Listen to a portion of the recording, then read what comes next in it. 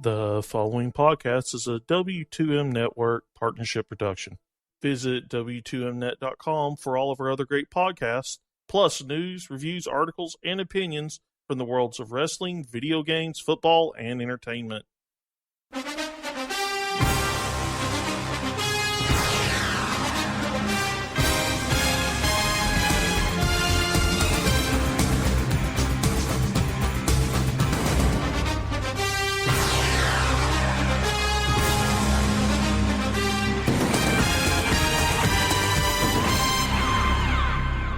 You are now listening to The Football 5, only on the W2M Network. Welcome to The Football 5, everybody. Alongside Eric Watkins, Dylan Goldman, and Rachael McKriger, I'm Stephen Err. Today, filling in for Josh Ilori is our producer, Sean Garmer. I want to welcome Sean to the show. Hey, guys. Good to be here. There you go. All right, so as we do every week, we're going to start by going down the games, the final scores from every game from Week 5. Thursday night, the Cardinals beat the 49ers 30-21. Sunday, the Redskins knocked out the Ravens 16-10. Patriots pummeled the Browns 33-13. Lions escaped the Eagles 24-23. Colts beat the Bears 29-23. Titans beat the Dolphins 30-17. The Vikings take it to the Texans 31-13. The Steelers beat the Jets 31-13. Falcons beat the Broncos 23-16. Cowboys beat the Bengals 28-14. Bills beat the Rams 30-19. The Raiders beat the Chargers 34-31. Packers helped the Giants 23-16. And the Bucs beat the Panthers 17-14 on Monday night. So, guys, takeaways from Week 5. First, for me, it is time to push the panic button in Carolina.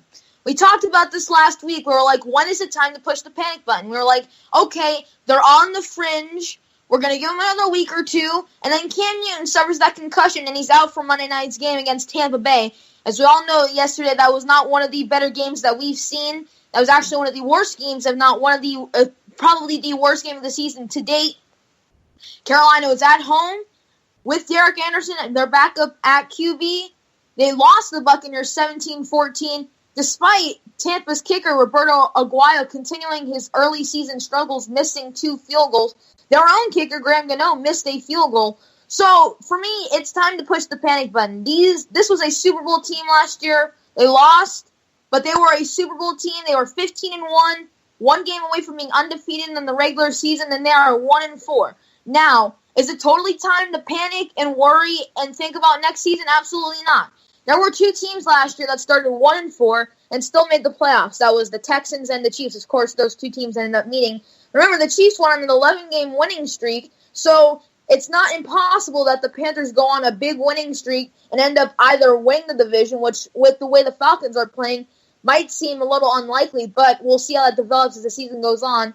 Or they get into the wild card, which right now seems most realistic. But a couple things.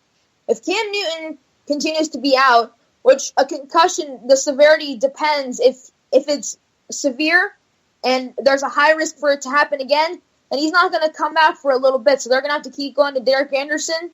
And that secondary is going to continue to be a problem throughout the rest of the season. We know they cut Benet Benwicker last week after he gave up 300 yards to Julio Jones. That leaves them with James Bradbury. James Bradbury is going to be their starter. Michael Griffin is their safety. They had a whole shakeup in their secondary, and that's why it's ranked one of the last in the league. And there's a problem there. If they cannot cover the wide receivers and they can't have a consistent cornerback or a consistent safety, then that's just going to plague them, and it's going to be hard for them, even with an MVP, former MVP, a quarterback, Kelvin Benjamin, wide receiver, and the other players they have on defense. If they cannot cover the wide receivers that they have going up against them, and their secondary continues to be weak without 4 of their top corners from last year, then I don't know if they're going to be able to recover from this. Maybe they might, but it's going to take a little bit, and right now, if I were a Panthers fan, I'd start to worry just a little bit. I don't want people getting comfortable with the Cardinals and the Colts. Yes, the Cardinals and the Colts both won. Cardinals beat the Niners and the Colts beat the Bears. but it's the Niners and the Bears. Sure, it was a big win for both teams to get confidence up, but these are two teams that have struggled against good teams and bad teams. I mean, for goodness sakes, the Colts lost to Jacksonville, and they struggled. It was a neck and neck race with the Bears, and that shouldn't happen. A team that has Andrew Luck should not struggle against the Bears. And I get it. The offensive line, it needs help. It needs work. But it's still Andrew Luck, and they've got T.Y. Hilton. They've got all these players. Don't even get me started on the release of Cromartie. I'm not happy about that. I don't know why they were just shooting themselves in the foot with that one. But don't get comfortable with these two teams. They won over teams that really aren't that good. So be very cautious about those two teams.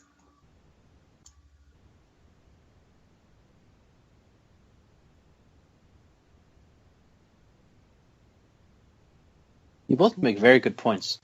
I'm with Dylan. It's big time panic mode for Carolina. Yeah, they played Derek Anderson yesterday, but even with Derek Anderson, Cam Newton, whoever quarterback is, they're 1-4. They lost to the Bucs. Come on, the Bucs, whose kicker drafted in the second round has missed like what 3 field goals yesterday. Mm-hmm.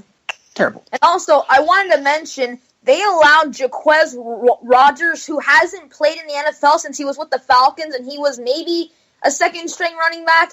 They allowed him to go for 100-plus yards yesterday. I mentioned the secondary. Maybe the run defense is going to be a problem. Remember, this wasn't Doug Martin. This wasn't Charles Sims. This was Jaquez Rodgers, a guy they just picked up at the start of the season. So they're allowing Jaquez Rodgers to run for over 100 yards.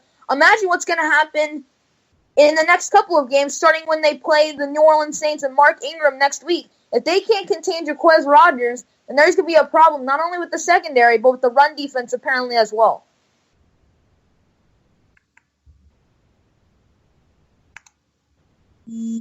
Honestly,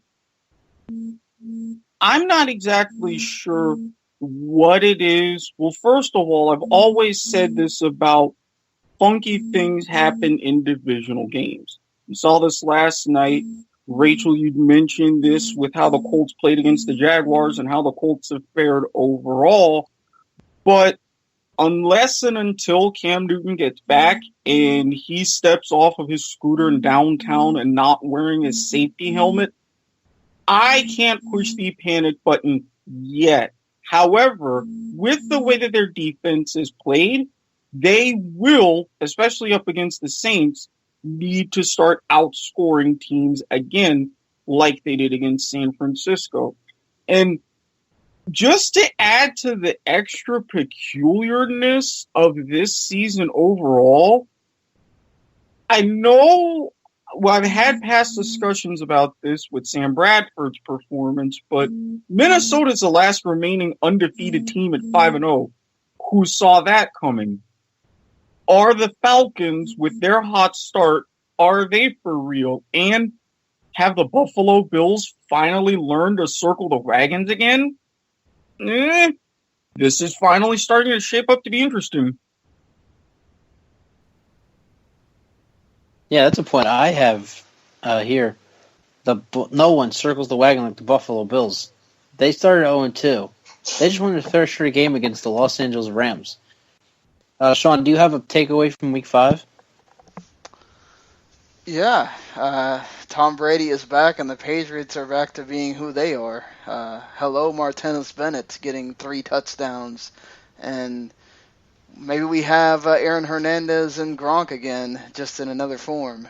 I'm be very worried about if I'm facing the Patriots from now on. That's a duo I don't want to face. Aaron Hernandez. I can't believe you made that reference. That's funny. But I want to go back to Rachel's. Go ahead, Dylan. Yeah, I just wanted to mention real quickly, the San Diego Chargers enter Thursday night's game against Denver 1-4. But they very easily could be entering that game 5-0 and on top of the AFC West, but they have found an interesting way to lose all 4 of those games. Let's start back in week 1 against the Kansas City Chiefs. They held a 3-touchdown lead against a team that was a contender in the playoffs last year, and they blow it all and then end up losing in overtime. Week 2, they would win, and I really would like to focus on the next 3 weeks, of course. Starting in week 3 against the Colts, they had another big lead. T.Y. Hilton catches a long touchdown from Andrew Luck at the end of the game. Game over. They've blown another lead. Now, these last 2 weeks have been particularly infuriating for the Chargers, and I'm sure their fans themselves. Let's go back to the previous week against the Saints. They are, after previously losing, they take a 2-touchdown lead, and then they increase that with a field goal, making it a 3-possession game. And then all of a sudden, fumbles, turnovers, and all of a sudden, the Saints are back. They have the momentum, and they win the game. And then lastly, this past week against the Oakland Raiders, they are actually not winning this time, so they are in a different situation. They're trying to come back against the Oakland Raiders. And I want to mention one player that caught my eye, and of course, he's not to blame for the entire game, but there were a couple key situations in which punter Drew Kaiser might have contributed to why they lost 34-31 to the Raiders. First, a 17-yard punt in the second half probably didn't help things too much. And of course, we all know the end of the game, he drops the snap, which was a good snap. He drops the snap and the game's over. So the Chargers are 1-4. Very easily could be 5-0, if not 4-1, at least 3-2. But they enter their game on Thursday at 1-4, and I cannot imagine they or their fans are happy with that record. I know I wouldn't be if I was the Chargers. 1-4. He mentioned it. They had so many chances to win these games. Could easily be 5-0, but it's just so sad. And they play Denver Thursday night. It's not looking much better. They play Trevor Siemian, who has impressed. Actually, he's very impressive. But I'll go back to Rachel's point. Andrew Luck. Everyone's like, "Oh yeah, he finally got a win. All right." And other people are like, "You can't blame him for this cold, slow start." And Rachel's right. They played the Bears. Like, I don't know. To those people that are so interested, right, so impressed with Andrew Luck's performance, it was the Bears. I mean, Brian Hoyer over the last 2 seasons. I looked this up on Instagram. I saw this on Instagram.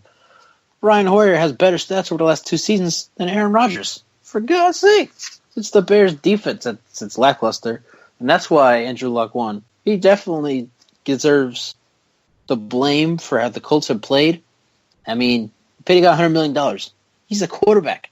What's the quarterback's position on the team? Lead them. It doesn't matter what your offensive line sucks. Your running back, you have the 9th-ranked running back in league history. You got to do something with that. Yeah, I mean, there's a lot of ways that you can point to the Colts cold starts the past couple of years, but I want to go back to a quote made by their GM Ryan Grigson, basically saying that with the way that they paid Andrew Luck, it's hard to build a defense. Well, this is what I have to say to Ryan Grigson. You're the one who paid Andrew Luck $100 million. If you didn't think at the time that you could have still paid him a big amount of money because he is your franchise quarterback, and despite the fact that he might have been injured, that he might not have been playing so well, he still is your franchise quarterback, and at this moment is your best hope to be a contender. So if you're going to pay him $100 million, then you should know they're not going to be able to build a defense that was already weak last year. So they might want to consider in the future other ways to pay their quarterback because they won't be so tied down. Of course, there are times when you just have to pay him and have to deal with it. But if you look at that, their defense, one of the worst in the league. Offensive line has been dealing with injuries and was not the best when they're healthy. So I'm just saying, if Ryan Grigson wanted to improve his team, maybe he could have found a way to still make Andrew Luck happy while still being able to improve other areas of the team.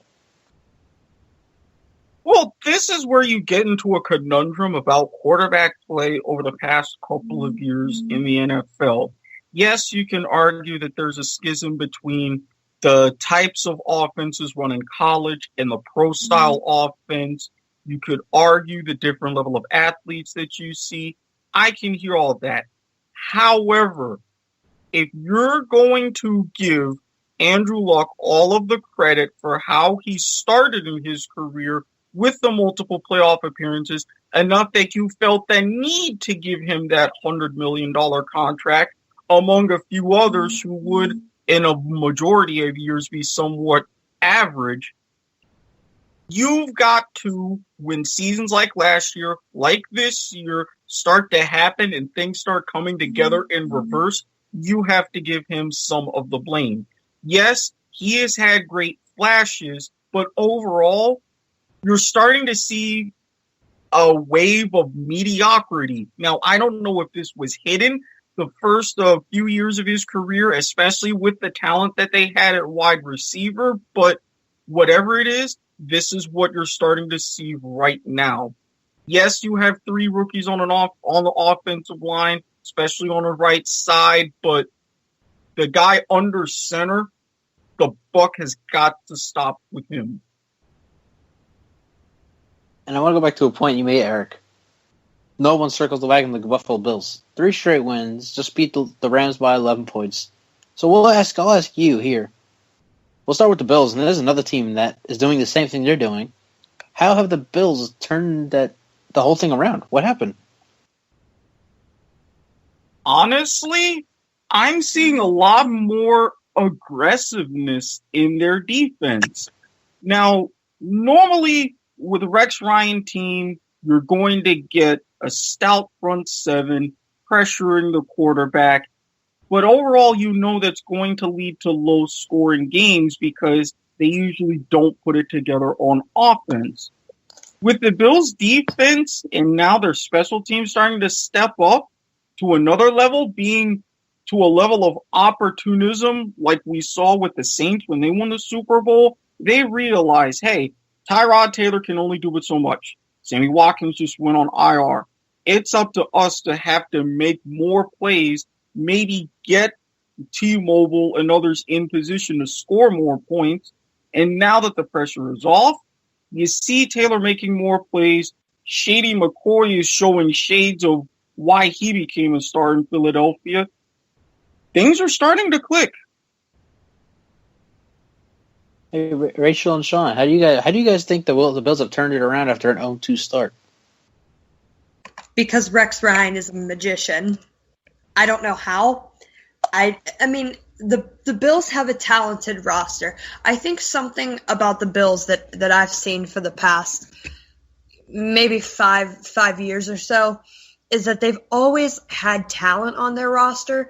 They just didn't know what type of system to play. And I think now they finally have a system that doesn't just work for the offense, that doesn't just work for the defense, that doesn't just work for special teams. It just works for everyone. And I think you can see that a lot more now.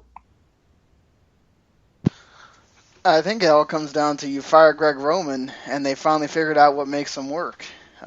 For one, your offensive coordinator actually asked the team, hey, what plays do you want to run?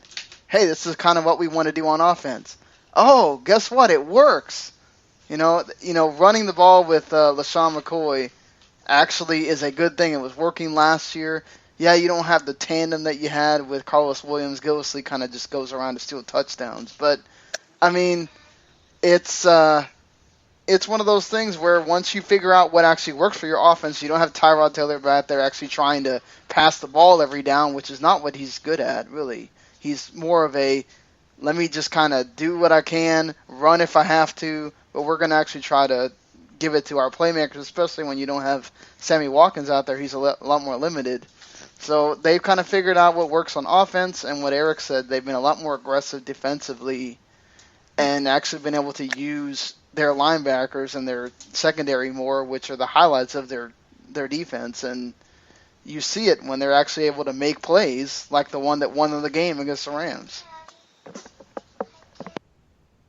I'm with Sean on this one here.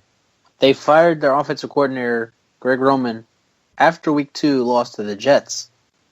And then they just magic, like Rachel said, magic. I don't know how they done it either. But the Bills have pulled up 3 straight wins, and they're looking pretty good right now. And it gets easier from here.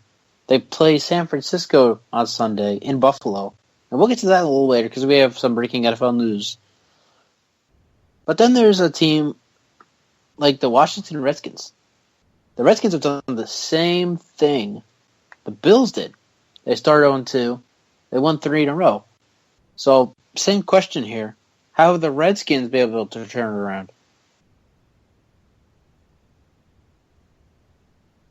What Rachel described as the Bills is magic. I'm borderline trying to see if that was some sort of voodoo. I mean, looking at Kirk Cousins, it was the exact same as last year. Yes, last year led to a 9-7 record and the famous "you like that" in the division win, but it seems like he's doing just enough and not necessarily making enough plays, but doing just enough not to mess things up. And with the defense, it's similar. They're starting to be a bit more aggressive, but with the way that they've adapted, trying to get to more man-to-man coverage instead of a zone and having better assignments, especially out wide with their corners, they're starting to shut down receivers a bit, starting to have opposing quarterbacks take more time, giving advantage to their defensive line, and it's starting to work. Yeah, the defense for me is what has been the big key to them pulling off 3 straight wins after an 0-2 start. Let's go all the way back to their Week 3 game against the Giants. They were trailing for a good portion of the game. Obviously, that was the game when Odell Beckham went a little crazy with the kicking net. But the Redskins picked off Eli Manning twice, including one that helped them get the ball back to take control of the game. So that helped them win 29-27. And then you flash forward to the next week. Of course, they're playing the Browns, but it was actually pretty close. But force an interception on rookie quarterback Cody Kessler. And while many would consider this to be a little bit of a phantom fumble with Duke Johnson, a lot of people are saying that he actually didn't fumble. No evidence of the Redskins picking up. It ended up counting as a fumble, so it counts in the stat book. So, and then we flash back to last week's game against the Ravens. They held them to 10 points, which ultimately led the Ravens, to firing offensive coordinator Mark Trestman, and they made just enough plays on that final drive to hold off the Ravens and they actually did have a touchdown, but it was called back after that. So it's not been pretty. They've all been pretty ugly wins. Of course, the Giants by 2. The Browns was by 11, but that was a very, very ugly game. They trailed for a good portion of that game.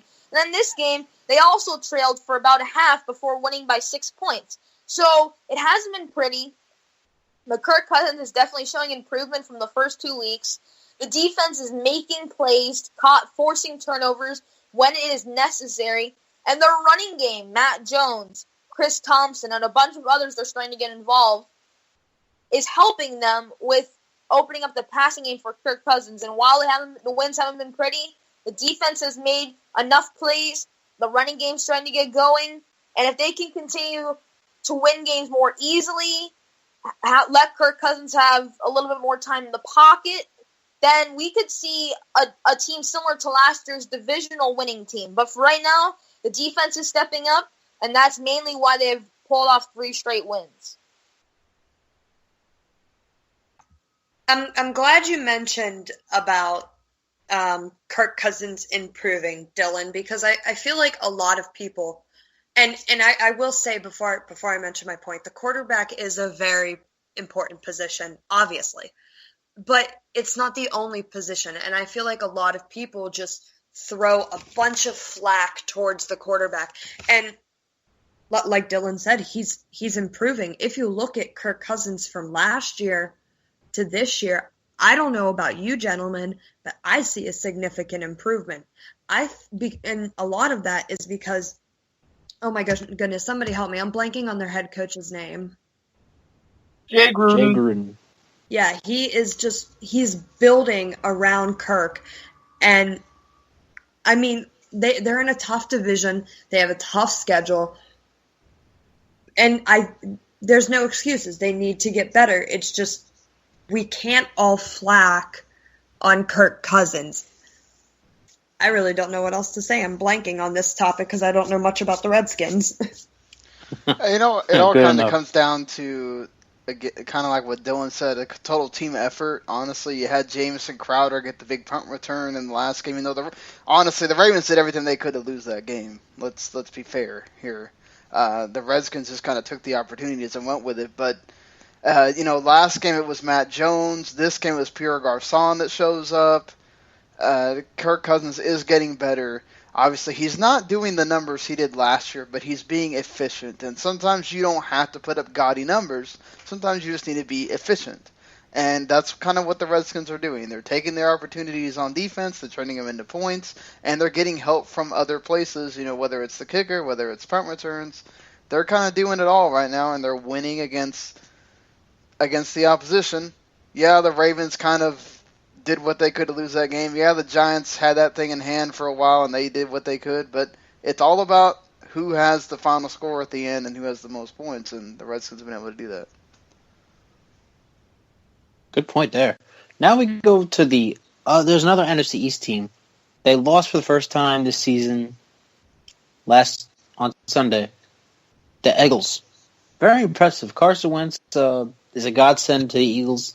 Getting him second overall out of North Dakota State, they are so lucky to have him. I watched him in North Dakota State. Great guy. I mean, he won 5 straight national championships with them. But he threw his first interception. The Eagles lost to the Lions 24-23. And now we're going to see what this rookie made of. They go to Washington in Week 6. They host the Vikings Week 7. At Dallas. At the Giants. And host the Falcons before they go to Seattle. I don't know about you guys, but I'm thinking they might be a little bit trouble here with the opponents they're going to be facing over the next few weeks. Definitely. This is a team that kind of, I don't want to say coasted, but the Browns and the Bears are probably the 2 worst teams in all of football. The Steelers, obviously, they just outplayed them that game, obviously being by 31 points. They had their bye week, and then they ran into a Lions team that, despite coming in 1-3, was still playing very good football. And as you just mentioned, these next 5 or 6 weeks are going to be a big, big test for this young team, and especially for their young quarterback, Carson Wentz. Now, he's without one of his top offensive linemen, Lane Johnson, whose 10-game suspension was upheld. So, over these next couple of games, you've got at Washington, at Dallas, a couple of tough divisional road games, and then you've got Seattle, Atlanta, some of the best teams in the league, and of course Minnesota, the lone undefeated team in the league. So this is a very tough stretch for the Eagles. It's going to be a big test for Carson Wentz, and it's a testament to how well he's developing and how well he's getting adapted to the league, that he threw his first career interception 5 weeks into the season. Most guys like Ryan Fitzpatrick, I know is obviously not his first season, but in terms of throwing interceptions, he had 9 through the first 3 weeks. So it's pretty impressive that this rookie, who wasn't expected to start, was expected to be the backup and was kind of thrust into the role a couple weeks before the season, has only thrown 1 interception, and that was kind of on a pass that you wouldn't typically throw unless it was like their situation, looking for a big play with no timeouts left. So this is going to be a big test for the Eagles, and it's going to show everyone what they've got. They've got a lot of road games, and whether those road games be against their divisional opponents who always seem to play them tough. And then you got a couple of tough home games, and this includes the Seahawks and the Vikings, a couple of the teams that are up in the NFL rankings so far. So it's going to be a tough test, and it's going to be interesting to see how their rookie quarterback, who's been great so far, will continue to adapt and see if he passes his test again over these next 6 to 7 weeks. Well, going back to what Steven said, Wentz is very used to not only following something big, but in a lot of pressure situations, as he was part of this now still continuing North Dakota State dynasty. Do I think that the schedule is tough?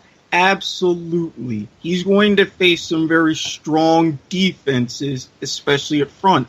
But this is a chance with Doug Peterson, another former Eagle quarterback, to kind of help him out and say, hey, this is what you've got to do now that there's film on you. This is how we have to tweak our offense. This is how we have to change our protection schemes. working from the inside out.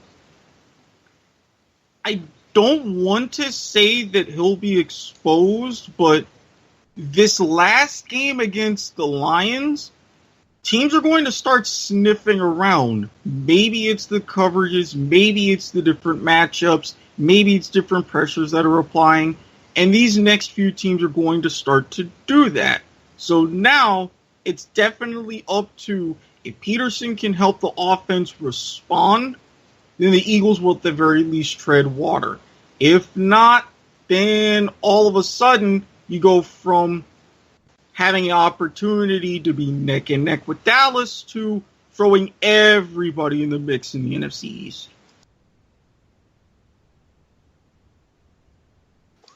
There are two teams that about all of us here don't buy into.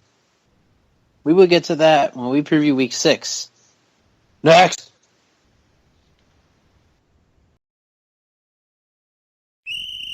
It's game time, boys, and we know football. Football the Max is the podcast for you if you want in-depth analysis over the NFL and college football. We preview all the action coming your way over the weekend. And we break down all the big action after it's happened. Plus, we tackle all the big news topics and discuss everything when it comes to the gridiron. So come check out Football to the Max every Tuesday morning and Friday morning on the W2M network. Hi, I'm Donovan James, and welcome to the Don James High School Football Report, everybody, where we discuss and debate the hottest prep and college football recruiting topics in the country every week. Only here on NGSC Sports, 9:30 Eastern. For more, follow me on Twitter at Don James Sports. If you're in the Pittsburgh area, look up McKriger Photography on Facebook. That's McKriger Photography. We specialize in senior pictures, portraits, wedding photos, engagement photos, and family photos. Contact us for rates and dates. Would Flex Seal be a better option at your flex position? Do you need a sham wow to clean up the mess you make after your quarterback throws another interception? Then we have the solution for you. I'm Randy Isbell. And I'm Mike Mitchell, and we're here to clean up your fantasy mess with more power than OxyClean. Check out the Fantasy Football to the Max podcast every Monday and Thursday at W2Mnet.com. Dylan, what are Blake Bortles' first half stats? 299 yards, 2 touchdowns, and interceptions. He could do better than that. He knows it. Rachel, what's the latest on Big Ben's leg injury? His leg is healing. He should return to the game. The Steelers will need him the rest of the way, so that's a big break for them. Eric, what's the score in Glendale? Cardinals lead the Patriots 42-7. We all saw that coming. Josh, how are Joe Flacco and Cisa coming along? I mean, I hate to say it, but they're looking good. I mean, they had a great game last week, and they're only one game out of first place in the AFC North. Don't count them being there that long. Do you want to hear more of that? Listen to the Football 5 every Wednesday at 6 p.m. Eastern Time, only on the W2M Network. Also, follow us on Twitter at the Football 5. Well, welcome back to the Football 5 alongside Eric Watkins, Dylan Gold, and Rachael McKriger, and today Sean Garmer joining us, our producer. I'm Stephen Err. So, as I said before we went to break, there are two teams, or at least one team, that three of us here said we didn't buy yet. That's the Atlanta Falcons. Falcons are 4-1 right now this season. Yeah, that's great. They were 6-1 last year. They finished 8-8 and missed the playoffs. That's why I'm not buying into them. Dylan and Eric both also said they weren't buying into the Falcons just yet either. Yes, it's going to take some time. While they've been very impressive so far, defeating both Super Bowl teams from last year and coming to a 4-1 record, I want to remind some people this is becoming customary.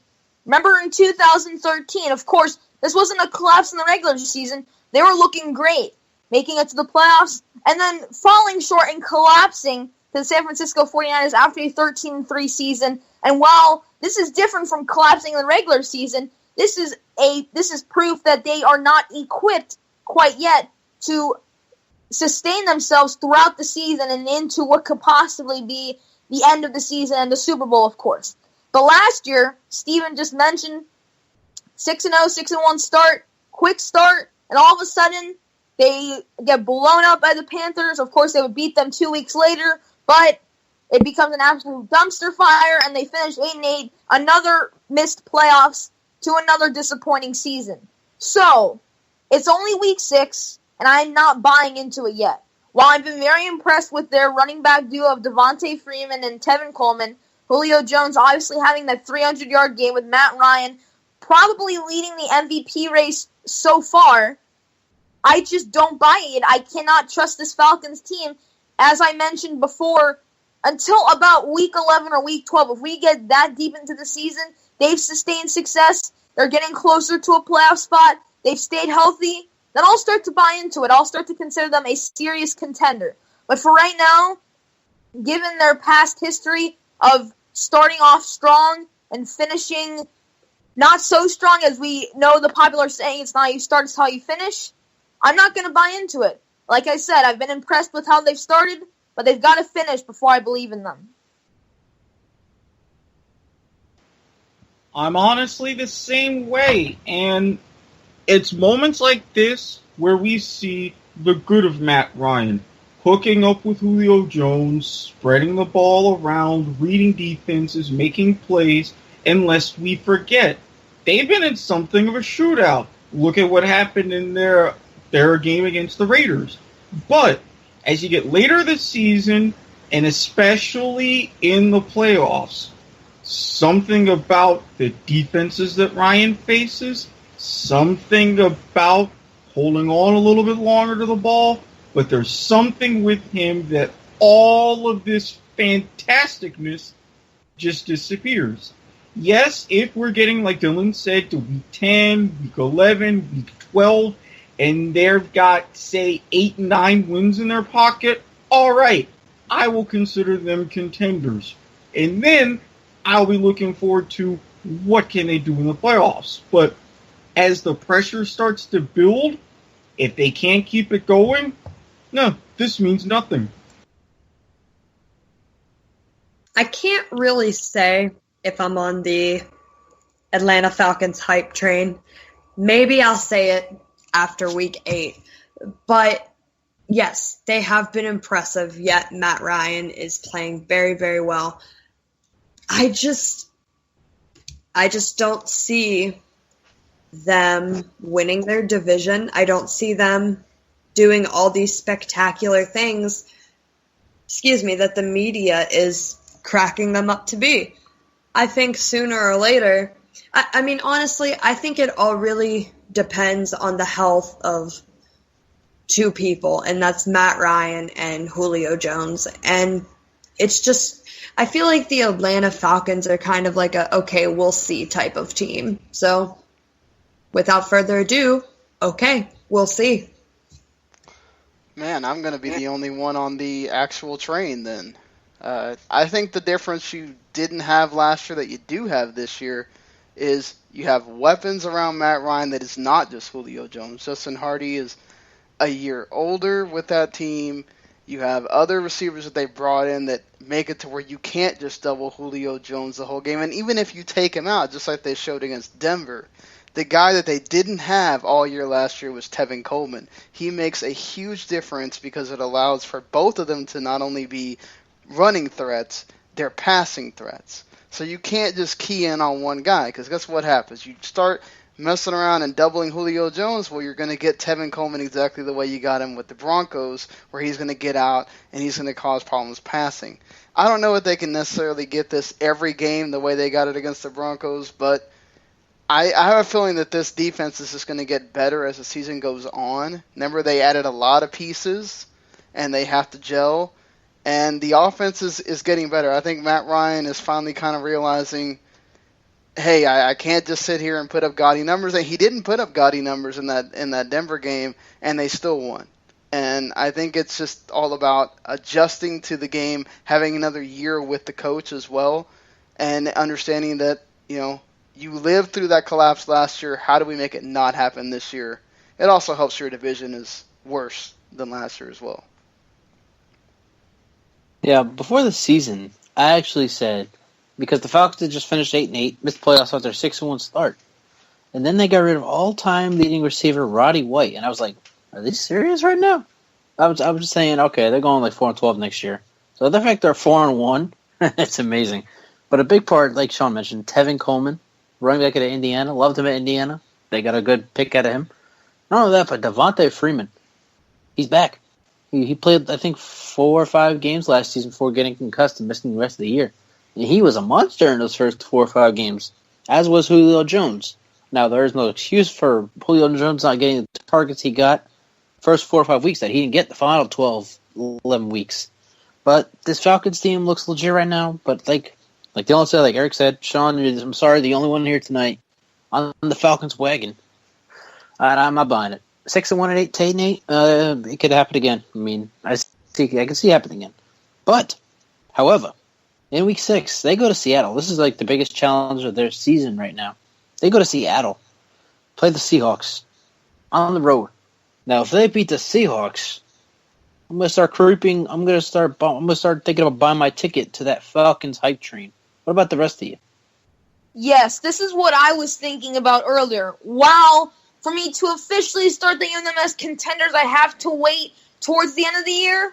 If they go on the road back-to-back weeks, beat the Super Bowl champion from last year, beat a team that was in the Super Bowl for 2 straight years, and has been a contender and had one of the league's best defenses and home field advantages for about 5 years now, then maybe I'm starting to think of them probably a division champ and potentially cause some noise in the playoffs. Because think about this. 2 of the league's best defenses probably, other than the Vikings, of course. You go on the road, beat both of them, your offense plays well, your defense holds a Seattle team, assumingly if they were to win the game, an offense that has the potential to be explosive, and if they can score enough points, then they should be able, then that would be quite a shocker, because despite the fact of how well they've played, it is incredibly difficult for even a team like the Patriots, who are incredible, just, can pretty much beat any team with ease, with an exception for a couple teams. That is incredibly hard to go on the road for 2 straight weeks, and it's not like they're going on the road to Cleveland and Chicago. We're talking about Denver and Seattle, 2 of the league's best home field advantages, 2 of the league's best defenses. I mean, this would be an incredible achievement for a team last year that won 8-8, and if they can get Tevin Coleman involved, Mohamed Sanu, and of course Julio Jones, then I would not be entirely shocked, but it would really show me that they mean business and that they could be legitimate contenders if they can keep it going throughout the rest of the season.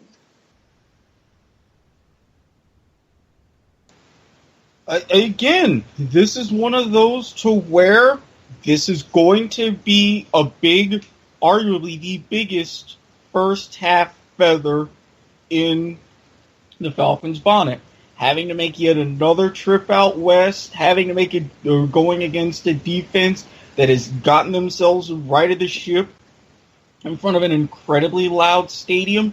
These are one of those pressure situations, and lest we forget, just a few years ago, this was the Seahawks team that knocked Matt Ryan and these Falcons out of the playoffs. Yes, very dubious play calling aside towards the last minute of that game. But if the Falcons can kind of get what you could say is a measure of revenge, kind of control their defense and keep Russell Wilson in the pocket, get themselves together, use Tevin Coleman in the running game, so that way that takes the pressure off of Julio Jones yet again, I'm going to start raising my eyebrow. I can't say they're a contender yet, but the way that the division is looking, they could be running away with it, even though, yes, you're running away with the weak division, but I'll be perking up as this gets closer if the Falcons win. I'm with Eric. I don't think I'll be 100% on the hype train, but I'll be paying closer attention for sure. Honestly, I go to Sean on this one. I really don't know what else to say besides it's in Matt Ryan's hands. Yeah, I mean, I think it makes it really clear if the Falcons are for real here beating 2 teams like that, 2 teams that have defenses back-to-back, as you guys have already said. I mean, and if you beat them soundly, I think it makes it even a bigger deal. So it kind of all depends on how you win. If you win ugly, it doesn't matter how you win necessarily, but if you win big and not 6-3 or whatever, you're going to have a better feeling about the Falcons going forward. So Sean over here, right now, as it stands at the end of Week 5, is the only one on the Falcons hype train. Rachel, Eric, Dylan, and I might join if they beat the Seahawks. We'll find out Sunday, 4:05 Eastern on Fox. But there's another team that I'm not buying. Maybe you guys are buying them. I'll buy their defense. Like I said, I apologize to the Vikings defense. But you know what? I'm not buying their offense. Sam Bradford has thrown 5 touchdowns in 4 games. That's not... Oh, everyone's praising Sam Bradford. That's why the Vikings are 5-0. No. Their offense is not that good. They had one good game on offense against Green Bay where Stephon Diggs caught 2 touchdown catches. Other than that, splat. Look, while this is an offense that lacks explosion, lacks firepower, and really lacks the ability to be healthy, with last game missing, of course, Teddy Bridgewater out for the season, Adrian Peterson is going to be out for a big chunk of the season, and they were missing, as you mentioned before, their wide receiver, Stephon Diggs was out, Matt Khalil, their top offensive lineman, was out. They still put up 31 points, of course, albeit one of those being a punt return, against the Texans, who are heading in a downward spiral. So, even though their offense is lacking firepower, this defense is starting to become the purple people eaters again, and they are just playing in outworldly. I mean, it's just incredible. They really haven't changed much from last year, but you look at this team, held the Texans to 7 points, sacked Cam Newton 8 times, held the Packers to 14 points, and then scored 2 defensive touchdowns against the Titans in Week 1. This is a defense that no one can get past, similar to the Broncos last year. If their offense can just stay consistent, do enough, move the ball, get points, then that's going to be enough to supplement this defense until they get some of their weapons back.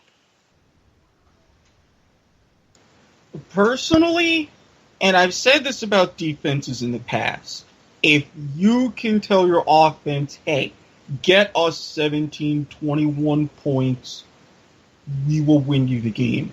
The Vikings defensively have gone above and beyond. Am I saying that Sam Bradford is the best quarterback since sliced bread? No. Am I saying that he's the best in Vikings history? No. Everyone will agree that was Fran Tarkenton. But to come in fresh off a trade, not expected to be the starter, but you are thanks to injury, and you have maybe a week and a half to learn an entirely new playbook, given Bradford's history, I will take 5 touchdown passes because he goes along with no interceptions. He's finally in a situation to where he's taking care of the ball. Even though his weapons are limited, he's not screwing things up. So yes, along with the defense, I think Bradford making these baby steps, it's a bit of a factor of why the Vikings are 5-0.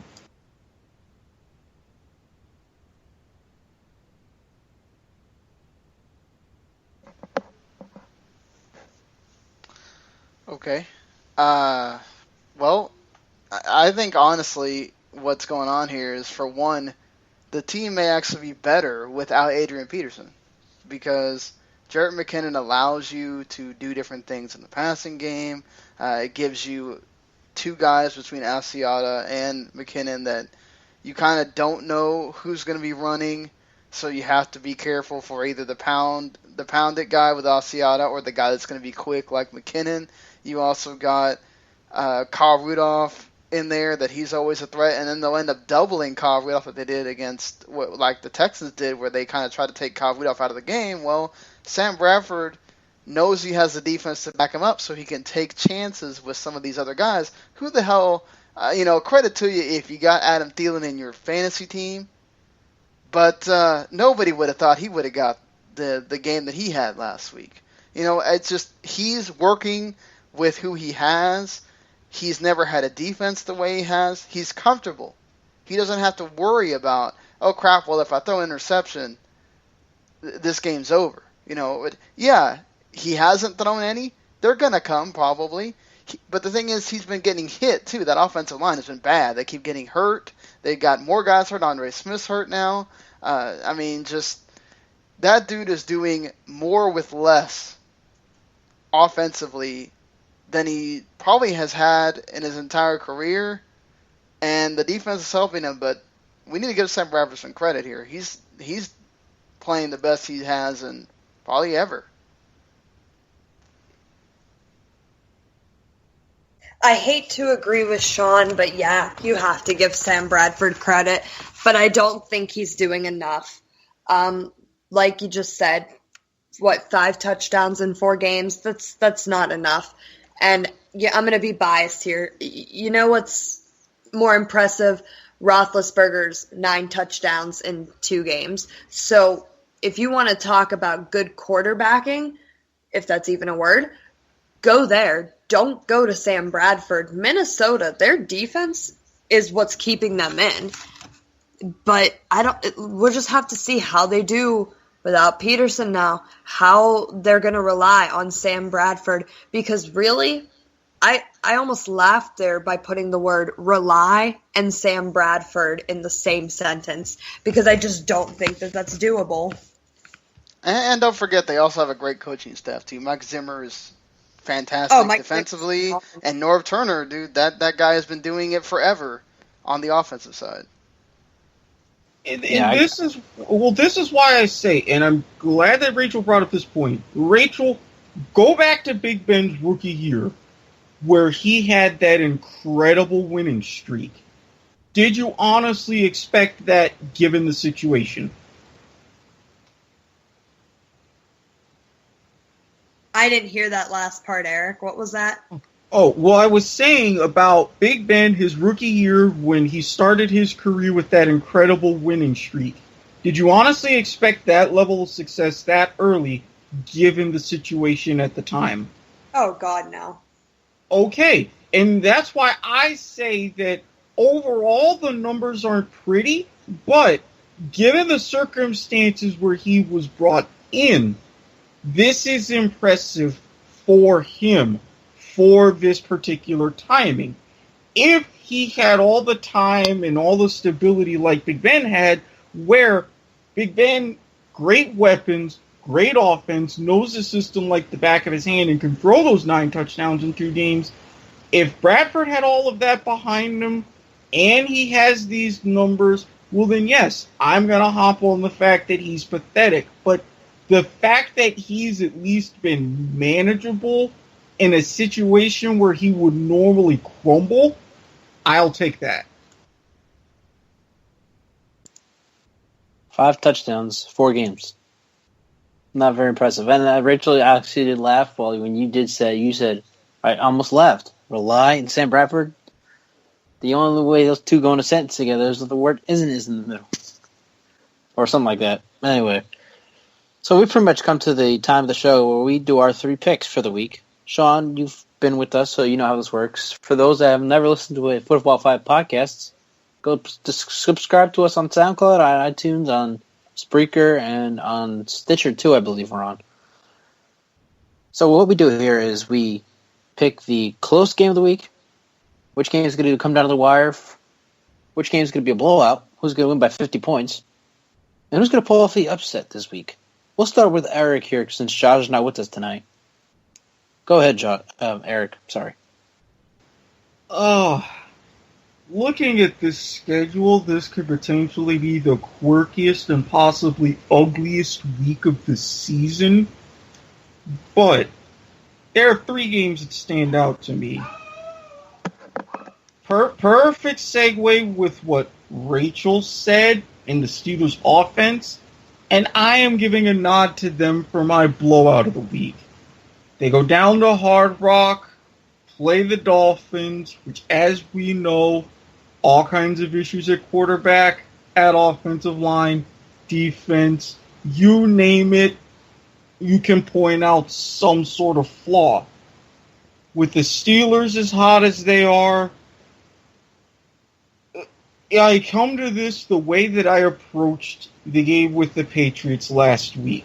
If they don't score 50, I will be disappointed. As far as an upset of the week, normally I wouldn't see this, but with Sunday night, with Odell Beckham hugging it out with the kicking net, with some things that are going on, I honestly think that the Giants, they could put together something and do similar to what the Redskins did, although with a better result. I see them at home beating the Ravens. And as far as a close game, yes, I'm falling back to my old adages about divisions, but as the great Woody Page said, look at the schedule, guys. Yes, I'm not looking so hot with my Super Bowl picks right now. Thankfully, it's early, but Chiefs, Raiders. I know the different coach with Andy Reid at the helm the past couple of years, but when these two get together, it's always something magical, something at the very end. So when I see that those two are getting together, that's going to be my nail biter. We'll go to Rachel next because I know she's got a lot to do with the U.S. men's national team game tonight against New Zealand. Speaking of which, gold, Julian Green, USA up 1-0. Had to throw that little tidbit in there. For my close game of the week, I'm going to go with LA and Detroit. I think it's going to be a close one, the battle of the quarterbacks. I think it's going to be interesting to see who comes out on top. I'm very, very excited for that game. As for a blowout, sorry, Dylan, I know you're planning on hitting this game up, but the Steelers there's no reason why the Steelers cannot blow out the Miami Dolphins. James Harrison is going to make Ryan Tannehill cry. And for my upset of the week, I think I'm going to go with, oh gosh, this is so hard for me to pick. I was teetering on two of them, but I'm going to go with the Jets beating the Cardinals. I don't know how much of an upset that is because both teams are kind of on level playing field with records and such, but I don't see the Cardinals winning 2 in a row with Drew Stanton. So we'll see how it goes. Dylan? All right, so I'll start with my upset of the week, and that comes on Thursday Night Football. And I mentioned this earlier, and I know the San Diego Chargers have had many problems winning games this year. They have had the talent and the ability to be 5-0 this year, but they are 1-4. I cannot imagine they are not angry entering Thursday night game against their divisional rival, the Denver Broncos, who they happen to play very well, especially on Thursday Night Football. So, Denver enters with Trevor Siemian, a banged-up Trevor Siemian at quarterback. Gary Kubiak will not be coaching this football game. He is dealing with a migraine condition. So they're going to go with their special teams coach, who many around him like, but on a short week, it's going to be tough to adjust to a coaching change. So, at home, looking for a win to prove that they still have something to play for as they try to pick up their season. I'm going with the Chargers this one. They're 3.5-point underdogs at home. And I see them picking up the win over the Broncos 4-1. They have gotten off to a quick start despite losing last week, and I'm going with the Chargers in an upset on Thursday Night Football. And as for my close game of the week, it's a divisional rivalry, but not out west. Instead, it is up east between the Eagles and the Redskins. The Eagles enter having their first loss of the season. The Redskins enter with 3 straight wins. Eagles enter as a 2.5-point favorite. I'm going with the Redskins on this one. They have a win streak coming in. Philadelphia is dealing with their first loss with a rookie quarterback, so it'll be interesting to see how they deal with adversity. And as for my blowout game of the week, For the second straight week, it goes to the New England Patriots. Last week, they blew out the Browns. This week, they're going to blow out another team from Ohio, the Cincinnati Bengals. They are the highest underdog this week, the Bengals, 8.5. The Patriots have Tom Brady back. Martellus Bennett got 3 touchdowns last week. They have a scary tight end tandem again with Rob Gronkowski fully healthy. This is going to be ugly, folks. At home, New England, Tom Brady back for his first home game of the season. New England blows them out, and Cincinnati is going to have some work to do at 2-4. Before we get to Sean and my picks for the week, I just want to correct Dylan. I did see the line for that game today on the herd, Colin Cowherd. It's -9. I don't know if it might have changed after that show, but anyway, I totally forgot. We have to talk about Colin Kaepernick because the man who's taking knees on the sidelines will now take knees on the field as he's starting Sunday against the Bills. Real quick, guys, real quick here. Blaine Gabbert's 931 in his 40-game career.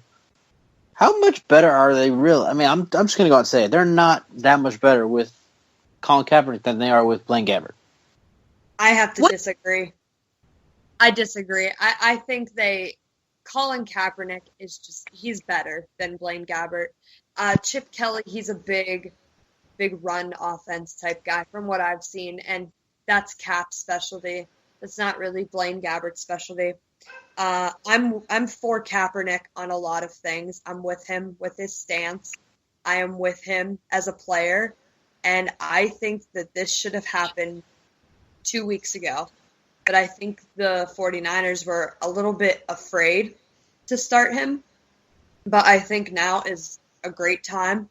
I think he's a lot better than Blaine Gabbert, and I'm excited. I've never thought I'd ever hear this said to me because my father raised me to not like the 49ers, but I'm actually excited to watch the San Francisco 49ers, and I want them to win with Colin Kaepernick at the helm. They really have nothing to lose at this point. They entered the season with relatively low expectations, and they cannot move the ball with Blaine Gabbert at quarterback. So they really have nothing to lose with going for a spark, going for a guy that's been outspoken, been in the headlines, and now he's going to be able to prove it on the field by trying to do something, make headlines other than what he's been trying to stand for. So we've heard about how he might fit into Chip Kelly's offense, the mobile system, up-tempo, no huddle. He did that at Oregon. Marcus Mariota, Darren Thomas, it worked to perfection. Let's see if it works on another mobile quarterback in Colin Kaepernick. Remember, this is a guy that went to the Super Bowl and was considered one of the best young quarterbacks in the league. Of course, he has shown regression. He's been injured, and it's going to be interesting to see what he has for us on Sunday in Buffalo. But the 49ers really had no choice. This move should have been made a couple of weeks ago. They weren't moving the ball with Blaine Gabbert. They didn't have a spark. So they needed a spark. They needed a guy that gives them a legitimate chance at winning. And while he's regressed, this is their best option to win some games. And they made a good decision because if they kept on waiting, it would be another ugly season for the 49ers if they kept going with Blaine Gabbert, who, as Steven mentioned, has only 9 career wins as a starter. So it was definitely time for them to make the change. I saw Blaine Gabbert at Missouri. I didn't know what the hype was about him. I've seen Blaine Gabbert in Jacksonville. I was proven right. Scared to throw the ball, cannot fit in a pro-style system. I saw Colin Kaepernick at Nevada with the pistol offense using his mobility. This is the sort of thing that Chip Kelly's systems breed and thrive on. He'll be able to capture that same magic that he had initially under Harbaugh. The Niners will be just fine. It's about time. Yeah, I think it's more about Kaepernick actually has a cannon of an arm and he can throw. And that's the one thing that Gabbert, as Eric pointed out, he's got the mobility of running. No doubt he can run around, but he doesn't throw like Kaepernick does. And if Kaepernick can get back his accuracy and what you're used to seeing from him and kind of meld that into what we're seeing, I guess, from the Cowboys and Dak Prescott and be the quarterback he used to be, then it's a no-brainer. I mean, the good thing that Gabbert has done is able to breathe life into a guy like Jeremy Curley and a few other guys that nobody would have known their names probably with Kaepernick around. So perhaps now Torrey Smith will be the guy that benefits most out of Kaepernick. It's all about if Kaepernick can capture that magic and get some of these guys that have kind of been dormant into the game, and perhaps Carlos Hyde is going to have a bigger factor now too with Kaepernick there. Okay, so a lot of different opinions here on Kaepernick. We'll be sure to get Josh's next week when he joins us back here on the Football 5. So, Sean, go ahead. Give us your blowout of the week, your close game of the week, and your upset of the week. I think blowout of the week, I got to go with Tennessee, who looked really good last week. I think they're going to look really good here again against the Browns, being able to have DeMarco Murray run all over them, and then also being able to stop Isaiah Crowell again, which made it a problem. And not to mention the Browns were down to like Charlie Whitehurst, and if he gets hurt, then they got to put Terrell Pryor in. Goodness, I feel so bad for the Browns at this point.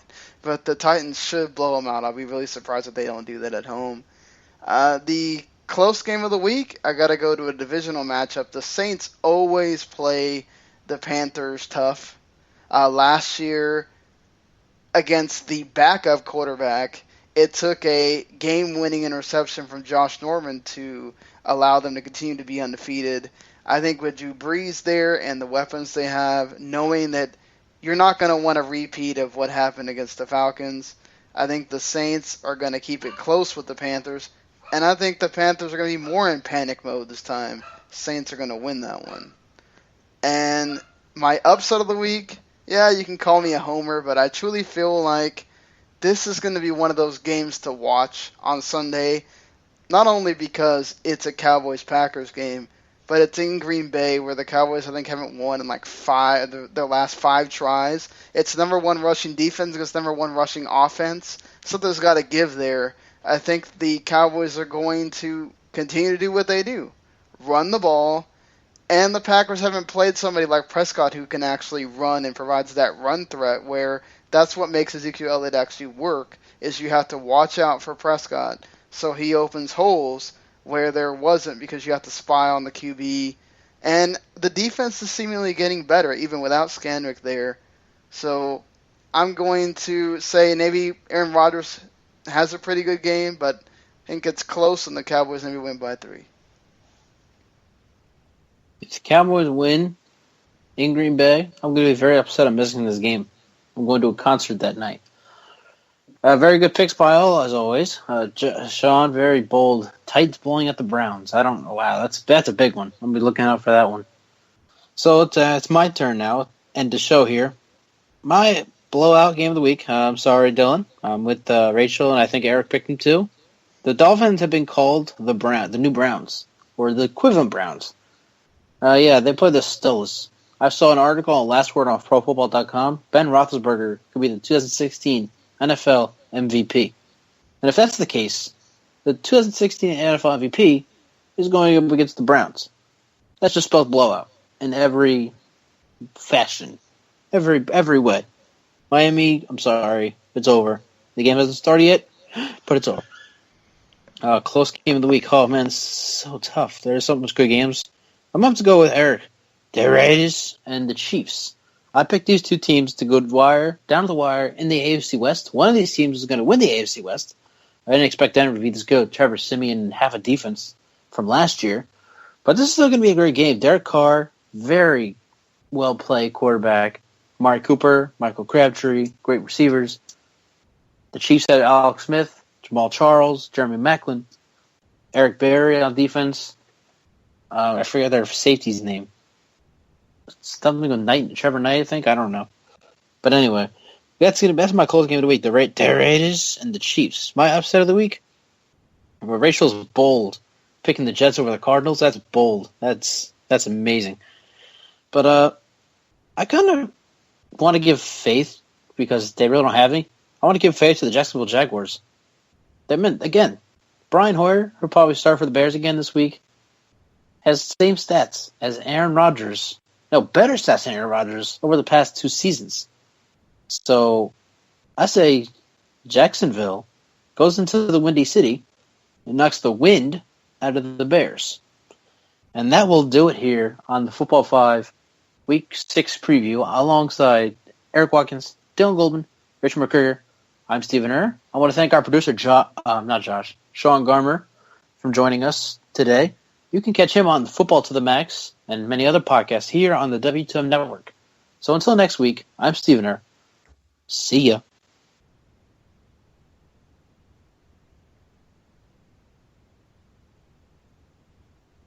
The following podcast is a W2M Network partnership production. Visit W2Mnet.com for all of our other great podcasts, plus news, reviews, articles, and opinions from the worlds of wrestling, video games, football, and entertainment.